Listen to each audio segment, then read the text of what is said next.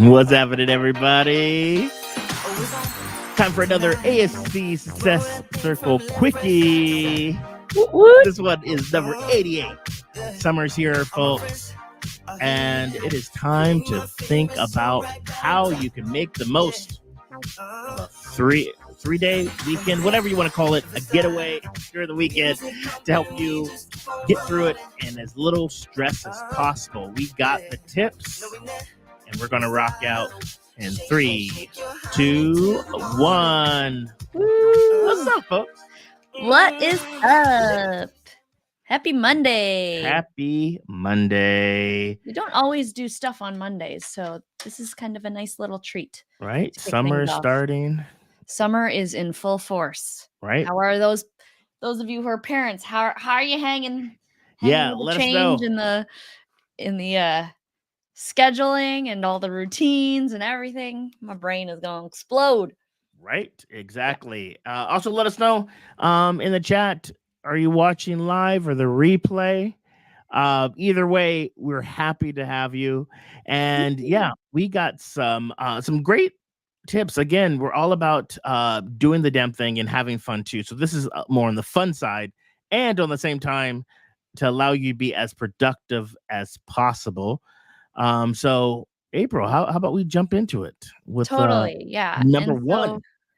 so the whole point of this little quickie is to think about what you might want to do on a weekend because some of you obviously, or like many of us, like still work during the week, and we might be doing a lot of like little travel, or we might be taking those longer weeks off. But this is more just for like the quick short trip, and this could be a road trip, you could be flying somewhere. Quickie. I myself am going to, it's a quickie trip. I'm going to 2 back-to-back trips for the next 2 weekends, so this is very, very relevant to me, and it's also something that can take a lot of time if you want to make sure that you have everything you need. And I know that sometimes guys or some people will just throw stuff in a suitcase, but to make sure that you are doing it efficiently, here are some tips. Yes, we'll start with number one. Number one is pack light, right? It's just a weekend trip. And, hopefully you're going somewhere warm where you don't need to be wearing layers and layers and layers, or maybe, not going to like Alaska in the mountains or something like that where you need to bring coats and whatnot. But you want to make sure that you're not carrying the world on your back, right? Because when you are traveling, that stuff has to come with you if it's not at a hotel, or you don't have a lot of space. So you really don't want to pack more than you need.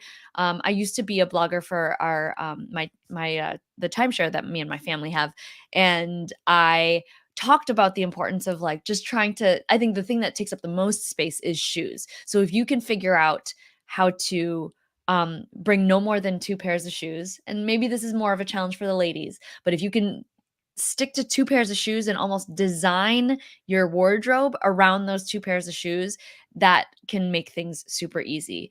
And then you also want to leave a little bit of space for any trinkets that you might want to bring home, and photos that are printed, or souvenirs for family members, or whatever that might be. Extra snacks that you didn't finish on the trip, whatever that may be.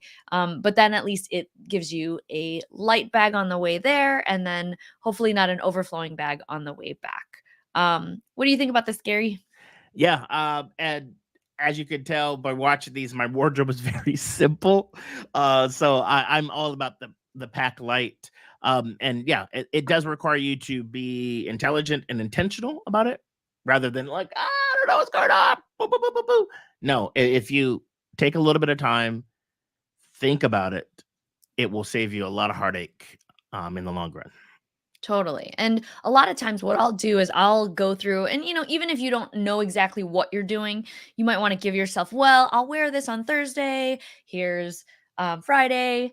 Here's Saturday. And then here are my clothes home on Sunday. Or sometimes what I'll do is I'll pack some PJs, and then I will wear those on the flight home so that I'm comfortable. So you can double purpose and repurpose. But try not to have, so much like clean and dirty laundry all mixed into your bag. If you can use everything once or reuse something for multiple purposes, then you know that you are packing efficiently. So yeah, so that's tip number 1. Should we go to tip number 2? Tip number Tip 2. tip number 2 is leave time for both structure and openness. And this is talking about the actual weekend getaway. I used to be the type of person that would be like, okay, I'm here for 4 days. I have breakfast, lunch, and dinner planned with such and such people. And then, one person had, something come up, and then it would like spiral into this like mess of like, how do I make time for or how do I fix everything, right? I don't know what am I going to do with my extra time. So I think that for weekend trips, maybe you have one big anchor thing happening per day, and that's enough. And then giving yourself the opportunity, because it is a vacation, right? It's a weekend getaway. So you don't want to cram things in and just go, go, go, go, go the entire weekend, because then you come home even more exhausted. So give yourself that opportunity to have some structured things, so you know you have things to look forward to, but keep everything else open. If you decide that you want to sleep in, or there's a show that you didn't know was going to happen that then all of a sudden you are available for, then that's great. But give yourself a good balance of the structure and the flow. So yeah. Anything you want to add, Gary? Yeah, that really is helpful if you're traveling with kids. Yes. Recently, Courtney and the boys and we were in Santa Barbara, and our anchor thing was the zoo. That was like our thing. Like we're going to go to the zoo, but we kept so much open space because Cam has nap schedule and this, that, and the other, and it made for such a like minimal amount of stress that you can have when you're traveling with two boys, one of which is like not even one and the other one's 6. So yeah, that is been a key for us, and I totally get it. There's so many things that you could want to do, but a thing that my wife always tells me, she says, this is your next trip, not your last trip. And Mhm. just like with doing a good improv scene, there's always time for a callback, and you can always come back another time. So leave on a high, and you'll be good. Yes. That's number 2. So let's move on to To number the number 3. 3. This might require some of you, maybe you don't even think about this, but this can be super, super helpful so that you can completely unplug when you're on your trip. And that is to prep your next week. So this is the week after you come back from the weekend getaway in advance. So a lot of times I will look at my calendar and say, okay, what do I have to do Monday, Tuesday, Wednesday, Thursday, Friday?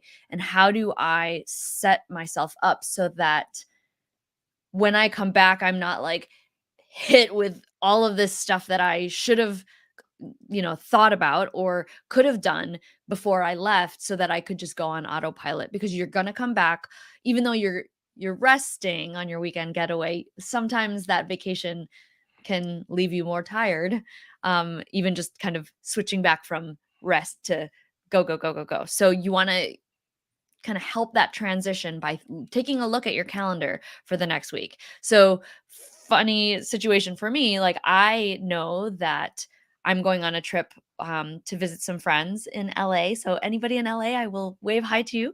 Um, I'm doing that this weekend. And then I look at next week, and basically I'm going on a second weekend getaway with my family to Toronto. So anybody who is in Canada, hello, I will wave hi to you there. So I know that I almost need to basically turn around my suitcase and prepare for the next week. And I only have three days to do it, 3.5 days to do it. So that's one thing that I know that I can, make sure that I set my bag up, or I can even maybe think about packing some of my clothes this week, or knowing what laundry needs to be done so that the whole family has their clothes. So really, really thinking about what needs to happen in those few weeks. I also have a whole bunch of work that I need to do. So I need to make sure that I dedicate time, and I might actually schedule out everything and spend the rest of this week before I leave to plan for an easier week next week. So that's all I want to say about that. Gary, you have anything to add? Yeah, this has been a big game changer for me as well. I I tend to be like, all right, cool, yeah, that was great, and then I jump back into it, and then I'm like, oh my god, I have all of these meetings and whatnot. So I tend to block out time in the first 2 days back, just to block it out so that no meetings get set there, so that I can ease back into it. But yeah, it just again makes for minimal amount of stress because I totally get it. Quick vacation, quick getaway, the work is still going, but just know um, this is what we need. In my book, I talk about like the three types of rest, and this is considered what is called a meso rest. So this is actually taking time away from the work, and this will actually help you so that when you jump back in the next week, you are more refreshed and you end up being more productive. Yeah. And we also, back in the day, back when we were just starting up these quickies, quickie number 19, I think, Gary, we actually talked a little bit more about that transition back to work after a vacation. So if you maybe hopefully we'll put that link in the We'll chat put at that some in point. the yep. And you can kind of see a little bit more details about other things that you can do as you're transitioning back. But Gary mentioning, blocking 2 days. If you can plan ahead to do that, that's amazing. Sometimes you might just realize for the first time that might be helpful. And so if you don't look ahead to your calendar and are able to block that before you were able to prepare for next week, then know it for next time. Usually, when I book a trip, I will also look at my calendar.